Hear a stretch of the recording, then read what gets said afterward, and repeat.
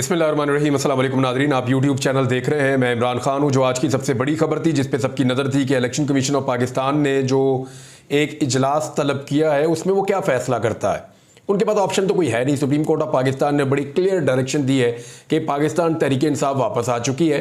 ये जो बंदे आज़ाद उम्मीदवार तहरीक इंसाफ की हमायत से जीते थे, इनको हक दिया गया है कि ये किसी पॉलिटिकल पार्टी को ज्वाइन कर ले।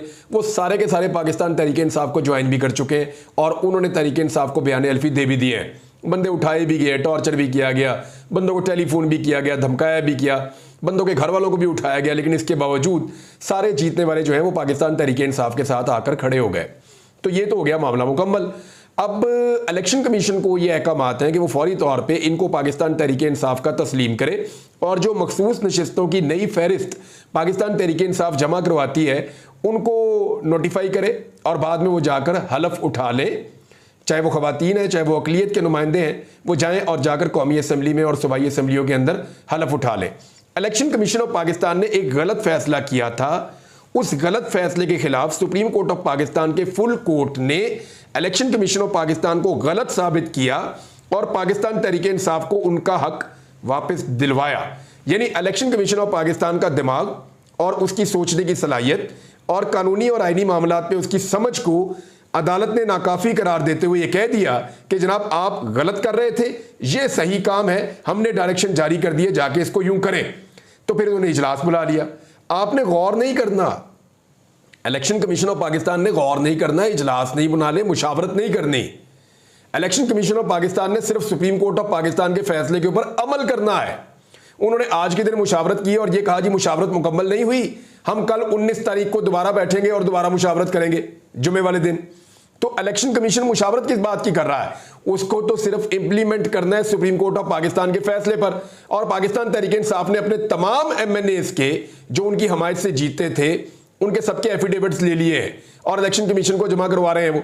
अब ये जो सूरत हाल है कि Tehreek Insaf election commission of Pakistan को डॉक्यूमेंट जमा करवाएगी, मखसूस नशिस्तों की लिस्टें जमा करवाएगी और आने वाले दिनों में तहरीक इंसाफ के हक में इलेक्शन कमीशन ऑफ पाकिस्तान को यह फैसला करना पड़ेगा। अगर वो रुकावट डालेंगे तो वो तौहीन अदालत के मुर्तकिब होंगे। क्या चीफ इलेक्शन कमिश्नर और उनके जो बाकी मेंबर्स हैं वो इतना बड़ा रिस्क ले सकते हैं? सवाल ये है।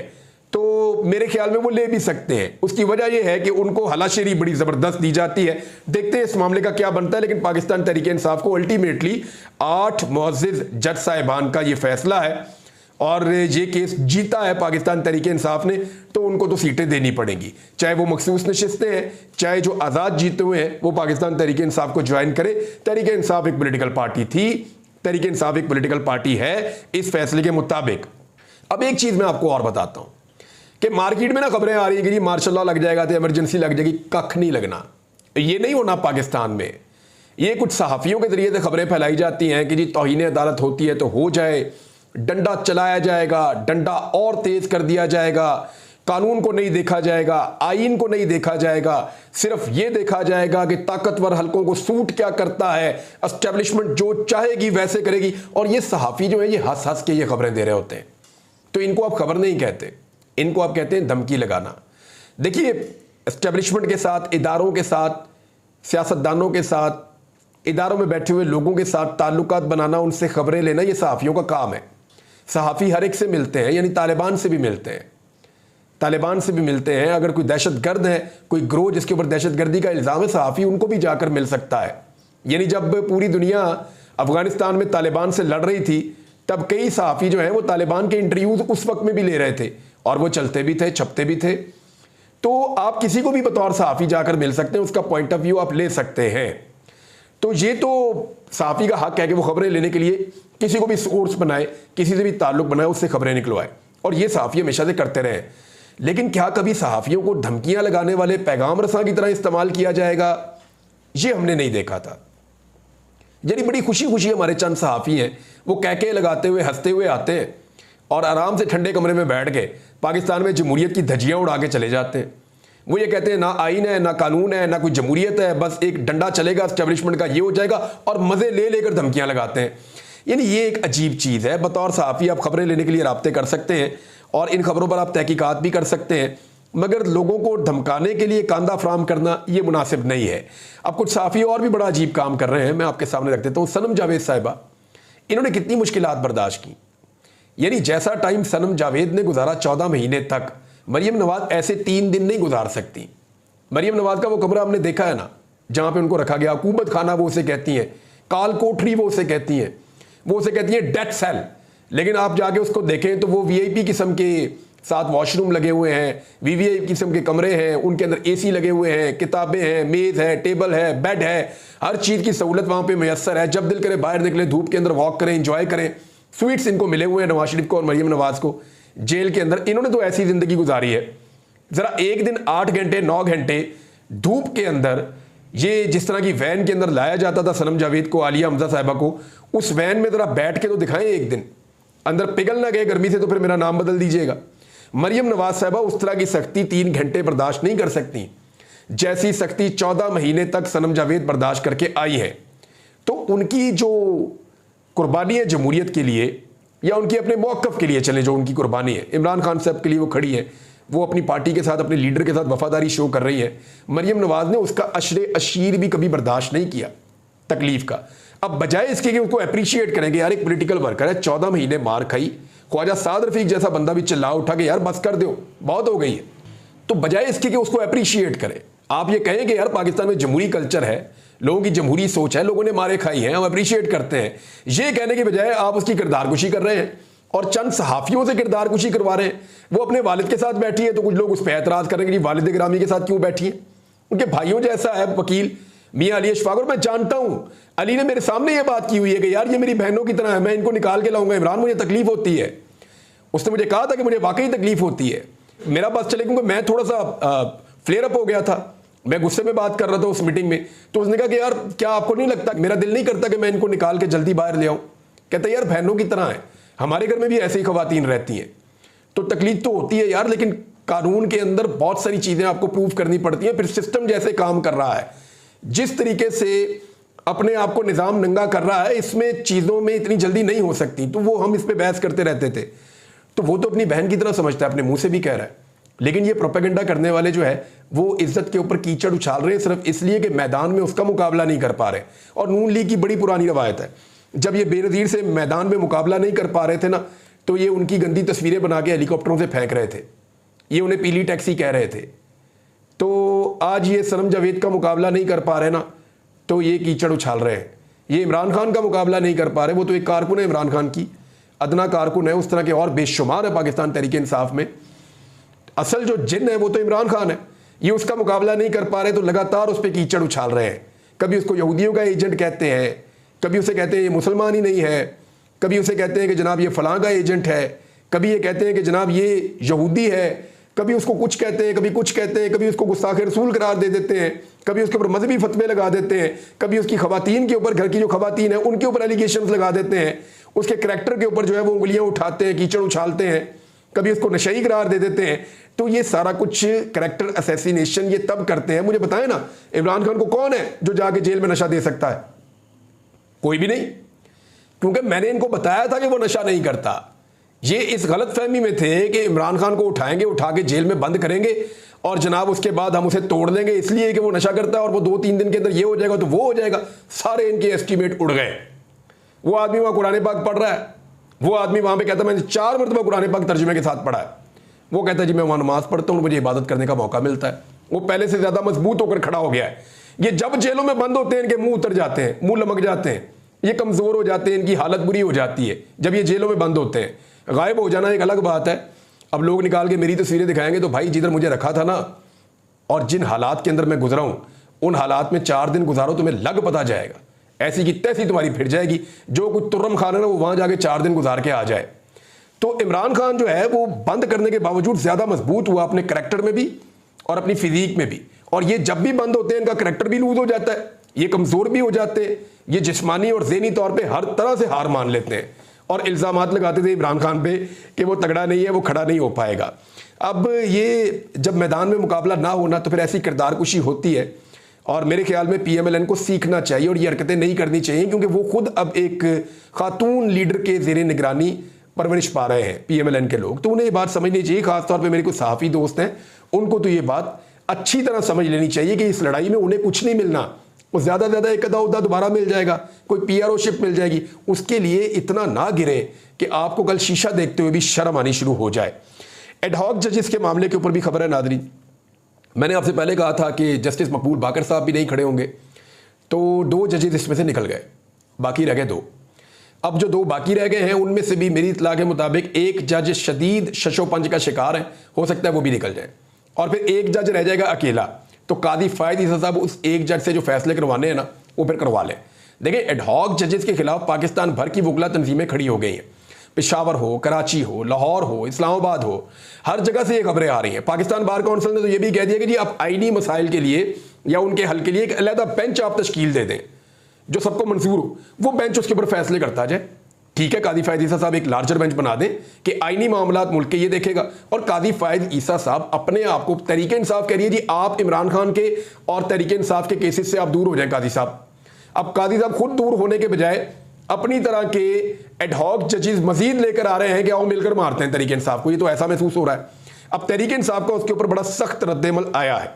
वकला तंजीमें पेशावर से, कराची से, लाहौर से, इस्लामाबाद से, दीगर जगहों से खड़ी हो गई हैं, जबकि जो पाकिस्तान बार काउंसिल है उसने भी इसके ऊपर अपना मौक़िफ़ दिया है, और जो सीनियर तरीन वकला हैं पाकिस्तान में उन सब ने इस मौके पर एडहॉक जजेस की तैनाती को गलत करार दिया। इस मौके पर यानी एडहॉक जजेस को इतनी बुरी बात नहीं है, लेकिन जो जजेस आप लेकर आ रहे हैं तहरीके इंसाफ पहले से समझ रही है कि ये जजेस सारे वही हैं जो शहबाज शरीफ, नवाज शरीफ के बहुत करीब और उनके लिए अच्छे फैसले करने वाले और तहरीके इंसाफ के खिलाफ फैसले करने वाले हैं। उनकी परसेप्शन पहले से ये बनी हुई है कि ये हमें मारने के लिए लाए जा रहे हैं। और फिर टाइमिंग भी कैसी है देखें। ये कादी फायद ईसा साहब जो एडहॉक जजेस इसलिए ला रहे हैं कि हम जल्दी केसेस सुनना चाहते हैं, इन्होंने कई महीनों तक सुप्रीम कोर्ट ऑफ पाकिस्तान की सीटें खाली रखी हैं जजेस की। किस लिए? क्योंकि उस वक्त जब तक ये चाह रहे थे कि पेशावर हाई कोर्ट के चीफ जस्टिस रिटायर नहीं हो जाते और कुछ जजेस ऐसे हैं जो रास्ते से नहीं हट जाते, तब तक इन्होंने ये कोशिश ही नहीं की। यानी थोड़ा अरसा पहले तक सुप्रीम कोर्ट ऑफ पाकिस्तान में जो जजेस की कैपेसिटी है वो खाली थी। जजेस की कैपेसिटी से कम जजेस मौजूद थे सुप्रीम कोर्ट ऑफ पाकिस्तान में, तब कादी फायद ईसा साहब को ये केसेस नजर नहीं आ रहे थे। और आज जब 17 जजेस पूरे हो गए हैं तो वो कह रहे हैं जी अब एडहॉक जजेस भी लेकर आने हैं। यानी इससे पहले कई महीनों तक उन्हें यह ख्याल नहीं आया। तो टाइमिंग बड़ी इंपॉर्टेंट है। कादी फायद ईसा साहब के इस फैसले को एक मुतनादे फैसला समझा जा रहा है। अमीर सुल्तान साहब ये वापस आ गए हैं जी। अमीर सुल्तान साहब वापस आ गए हैं, मेंबर कौमी असम्बली है पाकिस्तान तहरीके इंसाफ के। अब ये स्टेटमेंट देंगे तो पता चलेगा कि ये कहाँ गए थे। दूसरी बात यह है कि लापता अफराद के हवाले से या जिन लोगों को जबरी तौर पर गुमशुदा किया गया है पाकिस्तान तहरीके इंसाफ के, उनके हवाले से केसेस चल रहे हैं। शहबाज गिल साहब के भाई अभी तक बाजियाब नहीं हुए, और अदर मुशवानी साहब के वालिद का एक खत अब सामने आया है। वो खत मैं आपको पढ़ के एज इट इज सुना देता हूं कि एक्चुअली वो क्या कहना चाह रहे हैं और उस खत के अंदर वो किसको मुखातिब कर रहे हैं। जरा ये खत आप देख लें। अदर मुशवानी के वालिद का चीफ जस्टिस सुप्रीम कोर्ट कादी फायज ईसा, तमाम सुप्रीम कोर्ट के जजेस और chief justice Lahore high court के नाम एक खत उन्होंने लिखा है, और उन्होंने जबरी गुमशुदगियों से मुताल्लिक हब्से बेजा की पटिशन में हाई कोर्ट के तर्ज अमल और बेजा इल्तवा पर गहरी तशवीश का इजहार किया है। जो कुछ उन्होंने खत में लिखा मैं आपको एज इट इज पढ़ के सुनाता हूं। ये अदर मशवानी के वालिद साहब लिख रहे हैं, इनके 2 भाई अगवा हैं और उनको भी आज लगभग 7-6 हफ्ते से ज़्यादा हो गए हैं, 1.5 माह हो गया तकरीबन। सुप्रीम कोर्ट ने 3 जनवरी 2024 को आईनी पटिशन नंबर 2023/51 में वाज़ेह हदायत जारी की कि वफाकी हुकूमत सीनियर अफसरान के दस्तखत पर मुश्तमिल एक मुआहदा जमा करवाए कि आइंदा किसी भी शख्स को गैर कानूनी तौर पर हिरासत में नहीं लिया जाएगा। फिर वो लिखते हैं कि जनवरी 2023 में पीटीआई की सूबाई हुकूमतें ख़त्म होने के बाद से हाई कोर्ट्स में हब्से बेजा से मुताल्लिक पटिशन की समाअतें मुसलसल ताख़ीर का शिकार हैं। हब्से बेजा से मुताल्लिक पटिशन को सतही तौर पर निपटाने का सिलसिला जारी है। सुप्रीम कोर्ट के जारी करदा 3 जनवरी 2024 के हुक्मनामे के बावजूद गैर कानूनी अगवा का सिलसिला जारी है। मेरा बेटा प्रोफेसर ज़हूरुल हसन पिछले साल पहली मरतबा 10 मई 2023 से लेकर 30 सितंबर 2023 तक 144 दिन गैर कानूनी कैद में रहा। ज़हूर मशवानी की बादियाबी से मुताल्लिक लाहौर हाई कोर्ट की 3 दरखास्तों में बिला जवाज ताख़ीर का सामना करना पड़ा, जिनमें दरखास्तों का मुस्तरद किया जाना भी शामिल है। एजेंसियों की मुदाखलत के वादे सबूत के बावजूद दरखास्तें बार बार पुलिस की सतही रिपोर्ट की बुनियाद पर खारिज की गईं, जिनमें दावा किया गया कि ज़हूर मशवानी इनकी हिरासत में नहीं है। ये मुसलसल ताखीर बेहद मायूस कुन है और हमारे अदालती अमल पर एतमाद को ठेस पहुंचा रही है। मुझे भी अपने बेटे प्रोफेसर ज़हूर के साथ 10 मई 2023 को पहली बार अगवा किया गया और 3 दिन बाद रिहा कर दिया गया। अदर मशवानी की साबिक वज़ीर-ए-आज़म इमरान खान के साथ सियासी वाबस्तगी की वजह से इस वक्त उसके सगे दीगर 2 भाई प्रोफेसर मजहरुल हसन और प्रोफेसर ज़हूरुल हसन 6/6/2024 यानी 6 जून 2024 से अगवा है। Green town police station Lahore में FIR नंबर 2598/2024 दर्ज की गई है और writ petition number 36124/2024 Lahore high court में जस्टिस शहराम सरवर की अदालत में ज़ेर इल्तवा है। हमारी हफ्ज़े भेजा पिटीशन की समाअत 6 जून से 27 जून 2024 तक जस्टिस शहबाज रिजवी ने की, जिन्होंने FIR के अंदराज, जियो फेंसिंग, डाटा जमा करने और सेफ सिटी अथॉरिटी की फुटेज की तस्दीक का हुक्म दिया, जिससे साबित हुआ कि अगवा में कानून नाफिज करने वाले इदारों की गाड़ियां मुलव्वस थीं। बाद जस्टिस शहराम सरवर के पास मुंतकिल हो गया केस, जो ताहाल ताखीर का शिकार है। 1 जुलाई 2024 को जस्टिस शहराम ने अगली समाअत 12 जुलाई यानी 2 हफ्ते की तारीख रखी जा रही है यहाँ पे जजेस की जानिब से। और ये एक इंतहाई अहम मामला है कि एक बाप के 2 बेटे जो हैं, दोनों प्रोफेसर हैं, पढ़वाने का काम करते हैं, दोनों का सियासत से कोई ताल्लुक नहीं है और दोनों अगवा है। 12 जुलाई 2024 तक मुलतवी कर दी। 12 जुलाई को समाअत मजीद 12 दिनों के लिए यानी 24 जुलाई 2024 तक मुलतवी कर दी गई है। दोबारा 2 हफ्ते की तारीख दे दी।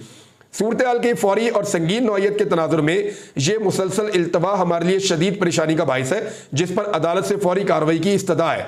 मेरे बेटे अदर मशवानी को प्रोफेसर मजहर और प्रोफेसर ज़हूर के अगवा के पहले 3 हफ्तों के दौरान 3 धमकी आमेज व्हाट्सएप कॉल्स मौसूल हुई। अगवा कनिंदगान ने अदर मशवानी से मुतालबा किया, अदर मशवानी लंदन में, बरतानिया में, उनसे मुतालबा किया कि वो 8 फरवरी के इंतखाबात के बाद पोस्ट की गई अपनी ट्वीट्स और किसी और अकाउंट से पोस्ट की गई ट्वीट्स डिलीट करें, खसूसन वो ट्वीट्स जो कि एस्टेब्लिशमेंट, इंतखाबी धांधली, 1971 और पाकिस्तान में इंसानी हकूक़ की खिलाफ वर्जियों से मुताल्लिक थीं।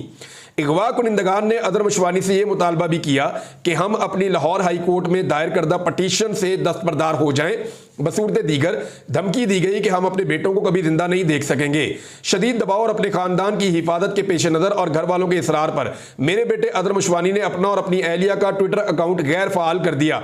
अजहर इस वक्त सियासी इंतकाम के बायस जिलावतनी काट रहा है। पिछले साल अजहर को भी साबिक वज़ीर-ए-आज़म इमरान खान के साथ सियासी वाबस्तगी के बायस 8 दिनों के लिए अगवा किया गया था। मुसलसल अगवा के ये वाक़यात और हाई कोर्ट में कानूनी कार्रवाई में ताखीर हमारे खानदान के लिए शदीद नफ्सियाती परेशानी का बायस है। मेरे बच्चे कानून पसंद शहरी हैं, जिनका ना कोई मुजरिमाना रिकॉर्ड है और ना ही किसी गैर कानूनी सरगर्मियों में शामिल है। अदर मशवानी की सियासी वाबस्तगी से कता नज़र पूरा खानदान शोबा तदरीस से वाबस्ता है, जिनकी कोई सियासी वाबस्तगी नहीं है। हालात की संगीनी और फौरी नौयत के पेश नज़र मैं बसद एहतराम सुप्रीम कोर्ट से दरखास्त करता हूं कि हाई कोर्ट्स को हदायत दी जाए कि वो गुज़िश्ता 18 महीनों में दायर की जाने वाली तमाम हफ्ज़े बेजवा की दरखास्तों का डाटा जमा करें और हर समाअत के दरमियान वक्फों का तज्जिया करें, यानी जल्दी जल्दी सुने केसों को, जल्दी जल्दी बुलाएं और जल्दी लोगों को बरामद करें या उन्हें बाजियाब करवाएं। हाई कोर्ट्स को हदायत की जाए कि जबरी गुमशुदगियों से मुताल्लिक हफ्से बेजा की दरखास्तों को बिला ताखीर रोज की बुनियाद पर सुना जाए। सुप्रीम कोर्ट इन अफराद को जवाबदेह ठहराए जो अदालती अहकामात की खिलाफ वर्जी और तौहीन अदालत के मुर्तकिब हैं। अदालत ये यकीनी बनाए कि FIR बशमूल FIR नंबर, अपनी FIR के नंबर लिखे और पुलिस स्टेशन लाहौर की मुकम्मल तहकीकात करवाई जाए और अगवा के जिम्मेदारान को इंसाफ के कटहरे में लाया जाए। अदालत कानूनी मदद के लिए अपनी मुश्किलात को रिकॉर्ड पर लाने वाले मुतासरा खानदानों की हिफाजत यकीनी बनाए ताकि उन्हें मजीद हरासानी और धमकियों से बचाया जा सके। सुप्रीम कोर्ट की फौरी मुदाखलत और कड़ी निगरानी इन लातादाद खानदानों के लिए इंसाफ को यकीनी बनाने में इंतहाई अहम है जो अपने प्यारों की जबरी गुमशुदगियां सह रहे हैं। वालिद अजहर मशवानी और ये कादी फायद यूसुफ साहब के नाम खत है और बाकी जजेस को भी लिखा गया है। देखते हैं कि अदलिया इन्हें इंसाफ कब तक फराहम करती है। अब तक लेते ही अपना ख्याल रखिएगा, अपने इस चैनल का भी। अल्लाह हाफ़िज़।